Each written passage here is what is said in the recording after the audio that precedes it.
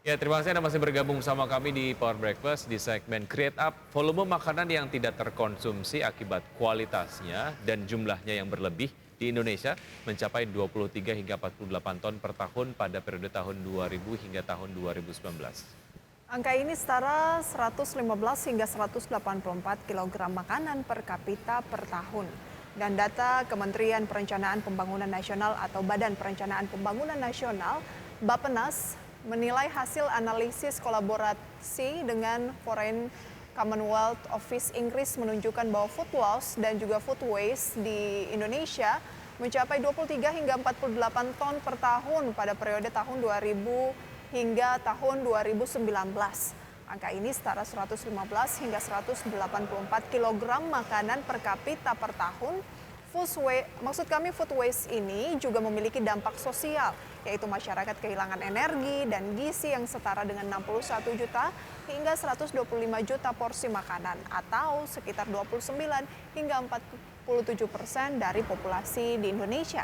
Ya, food loss berbeda dengan food waste. Food loss merupakan kehilangan potensi pangan yang dipengaruhi oleh proses produksi dan rantai distribusi. Misalkan bahan makanan yang tampilannya kurang baik karena terlalu lama dalam perjalanan dan belum ada teknologi pangan yang memadai dan proses penyimpanan yang buruk. Sementara food waste adalah makanan yang terbuang atau makanan sisa dan terjadi di tingkat retail atau konsumsi. Indonesia bisa menekan food waste ini dengan mengukur kebutuhan makanan, menghabiskan makanan, dan mengolahnya dengan bijak. Bagaimana peran perusahaan rintisan dalam mengurangi food waste? Kita akan berbincang selengkapnya di Create Up. Ini adalah sesuatu yang sangat seru, Wiki, ya, Ya. karena peduli terhadap lingkungan juga. Karena nggak bisa dipungkiri, kita sendiri pun untuk rumah tangga saja sering banget untuk jadinya tuh kayak food waste gitu Ya, loh. membuang makanan ya. Oke, untuk membahas tema kita kali ini yaitu tanggulangi food waste ala startup sudah tersambung melalui video conference Mas Marcel Tansil Tungka. Beliau adalah CEO dan founder dari Yam.IT. Selamat pagi Mas Marcel. Selamat pagi Pak Wiki dan Bu Prisa, apa kabar? Apa Terima kabar? kasih ya untuk waktunya pada Sehat-sehat pagi selalu. hari ini. Oke, Terima kasih juga. Yam.id langsung saja nih. Seperti apa sih konsep kerjanya? Oke, terima kasih Pak Wiki dan Bu Prisa untuk pertanyaannya. Jadi kami terbentuk karena adanya fenomena yang tadi sudah disebutkan, bahwasanya food waste ini dan juga food loss ini adalah fenomena yang krusial di Indonesia. Tercatat juga lebih dari 20 juta ton per tahun dihasilkan oleh negara kita dan tertinggi di dunia yaitu ditempati oleh negara Arab Saudi, dan Indonesia menempati urutan kedua gitu. Dan berbicara mengenai food waste ini, dampaknya sangat luas, bisa sampai ke dampak udara, yaitu lebih berbahaya 21 kali dibandingkan gas karbon dioksida, karena tumpukan sampah ini menyebabkan gas metana yang berbahaya gitu. Maka dari itu kami pada tahun 2019 concern terhadap permasalahan ini dan mendedikasikan diri kami untuk bisa membuat sebuah startup yang bisa mereduce permasalahan tersebut. Maka dari itu di tahun 2019 kami mencari resource utama dari food waste tersebut, yaitu terdapat dari restoran, supermarket, dan juga toko roti, bahkan hotel gitu. Dan bahkan rumah kita sendiri pun menghasilkan food waste itu sendiri gitu. Maka dari itu konsep kerja yang kami terapkan di dalam aplikasi Yamit, yaitu kami menjalin kerjasama kemitraan dengan supplier makanan, yaitu restoran, supermarket, dan juga toko roti tersebut, untuk kami bantu menjualkan surplus makanan mereka, sehingga sekiranya mereka tidak terlalu banyak menghasilkan food loss gitu. Yang sekiranya bisa kita gantikan dengan change value of money mereka, karena kita membantu menjualkan makanan tersebut yang masih layak dikonsumsi dengan harga diskon dan juga dengan ketepatan waktu secepat mungkin untuk bisa sampai kepada end user. Seperti itu mungkin Oh, konsep oke. simple dari aplikasi kami. Ya, menarik sekali ya mendistribusikan makanan berlebih yang kualitasnya masih sangat baik dari bentuknya, kemudian juga rasanya dan nutrisinya dengan harga diskon. Ini dapat tetap menguntungkan dari produsennya sendiri ataupun source-nya sendiri karena ada biaya ataupun mungkin ada uang yang bisa didapatkan ya dari distribusi ataupun mungkin penjualan yang disampaikan oleh teman-teman Yamit ke masyarakat lah. Nah, sejauh ini mana yang paling banyak memberikan kontribusi terhadap makanan berlebih ataupun food waste dari sektor-sektor yang Anda dekati tadi, Mas Marcel? Oke, terima kasih. Jadi dari data yang kami lihat, kami melihat dari database dan juga kemitraan kami yang sudah mencapai lebih dari 300 kemitraan yang terdapat di kota Surabaya, Malang, dan juga Yogyakarta. Dari data yang kami dapati bahwasanya mitra kemitraan yang paling banyak menyumbang surplus makanan yaitu dari tingkat dari toko roti gitu, dari bread store. Sekiranya mereka bisa mencapai lebih dari 300 kilo dalam per minggu gitu untuk mendistribusikan makanan berlebih mereka gitu, Pak. Oke, lantas berapa banyak volume makanan yang terserap dan juga terdistribusi melalui yam.id? Yamit ya? Baik, so far kita launching di tahun 2021, tepatnya di bulan Mei. Sampai sekarang kita sudah menolong lebih dari 5 ton makanan berlebih yang bisa kita selamatkan dan juga kita bantu jualkan gitu. Dan bukan hanya itu, sebenarnya di aplikasi kami juga kami menyediakan juga sebuah fitur baru, yaitu bukan hanya end user yang dapat membeli makanan dengan harga yang baik, harga yang bisa sekiranya affordable dibandingkan harga normal price-nya, tetapi kita menyediakan fitur baru, end user bisa punya opsional untuk bisa mendonasikan makanan tersebut yang mereka beli untuk dapat disalurkan ke yayasan maupun panti asuhan yang ada gitu. Oke, jadi selain langsung ke masyarakat, tapi juga bisa dibantu oleh yam.it sendiri untuk mendistribusikan makanan tersebut dalam program beramal begitu ya? Ya, benar sekali. Oke. Donation. Ya, untuk masyarakat sendiri jika memang pengen tahu makanan-makanan yang distribusikan melalui yam.it itu bisa dilihat di mana dan apa aja yang bisa dibeli oleh masyarakat di platform tersebut. Sekarang aplikasi kami sudah tersedia di Google Play Store so far, dan kami sudah membuka ekspansi di 3 kota yaitu di Surabaya, Malang, dan juga Yogyakarta. Masyarakat bisa mendownload aplikasi kami di Google Play Store maupun di mitra-mitra yang kerjasama dengan kami di kota-kota yang sudah saya sebutkan tadi gitu. Oke, bagaimana kalau misalnya untuk yang jualan makanan tadi ya, misalnya sebuah minimarket tapi sampai batas waktu yang diharapkan mungkin sudah hampir tidak terselamatkan, terus diselamatkan oleh Yamit gitu.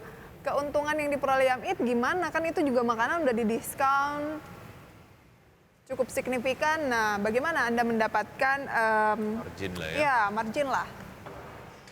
Baik, ini sebuah tantangan buat kami juga di awal pembuatan aplikasi ini karena kami memikirkan arahnya apakah kita mau ke social value ataupun kita lebih ke value of money. Tapi dari sini kita tahu bersama bahwa perusahaan startup bakalan bisa sustain kalau mereka punya fondasi revenue stream yang baik juga gitu untuk bisa sustain ke depan.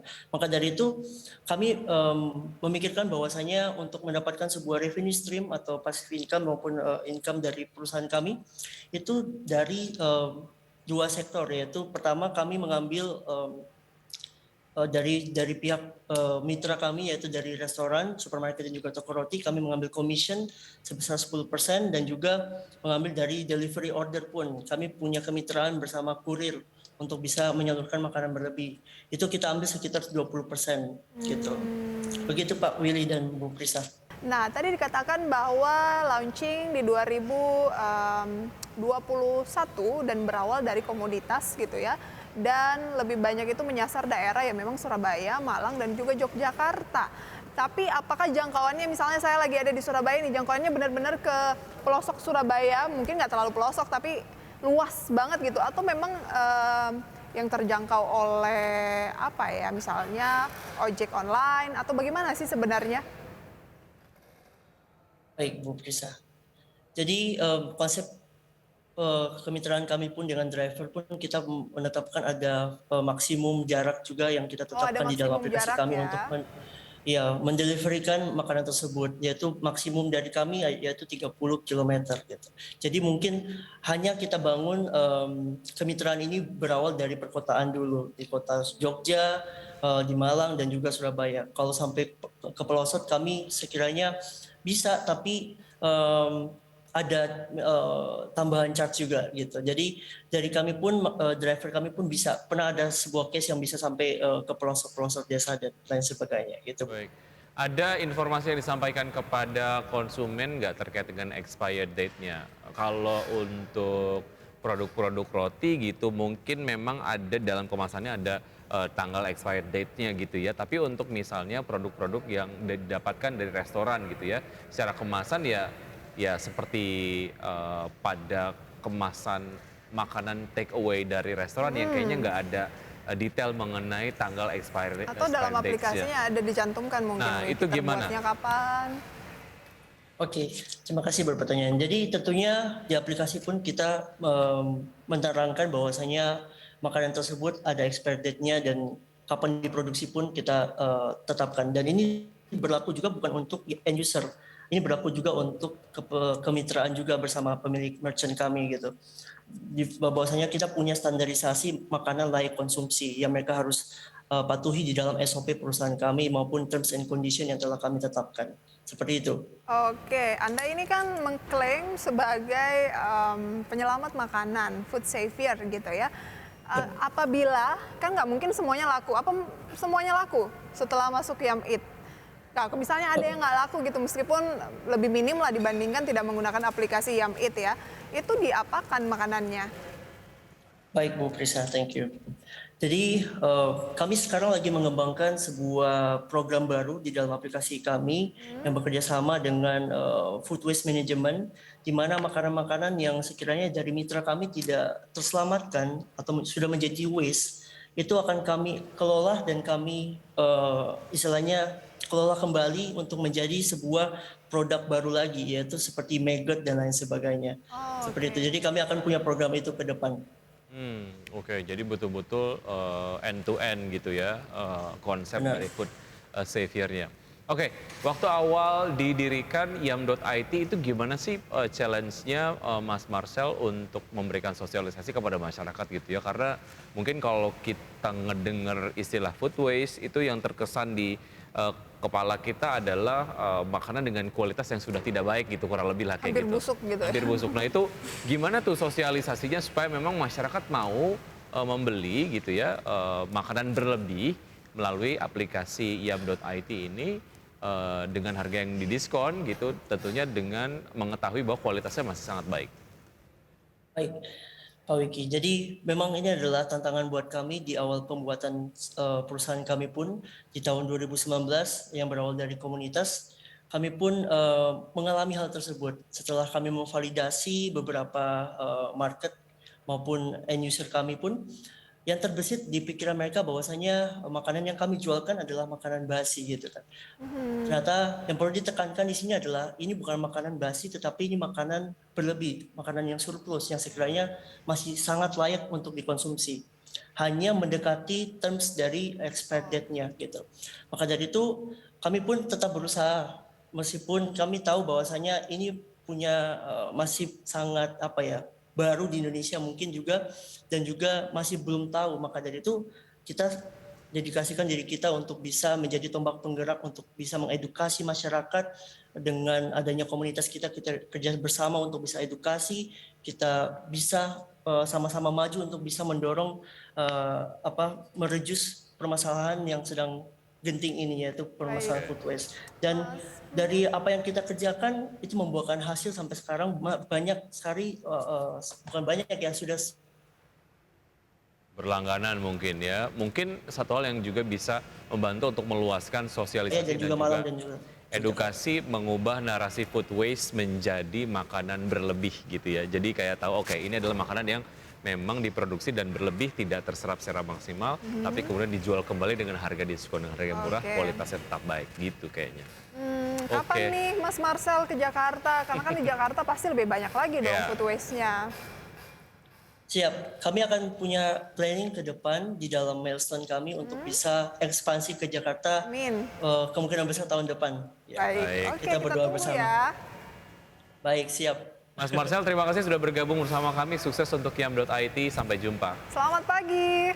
Selamat pagi, terima kasih kembali. Nah itu dia pemirsa, jadi bisa dimulai dari diri sendiri, upayakan untuk tidak membuang-buang makanan ya. Ya, Dengan betul. mungkin bisa mengukur kebutuhan sebenarnya yang kita perlukan ketika berbelanja makanan itu ya. Baik, dan pemirsa sudah 90 menit kami menemani Anda dalam Power Breakfast. Dan semoga pembahasan hari ini bisa menjadi referensi dan sumber informasi untuk Anda. Jangan lupa pemirsa tetap perbarui informasi Anda tentunya hanya di IDX Channel, your trustworthy economic business and capital market channel. Saya Prisa Sombodatu. Dan saya Wiki Adrian, see you, See you in the morning.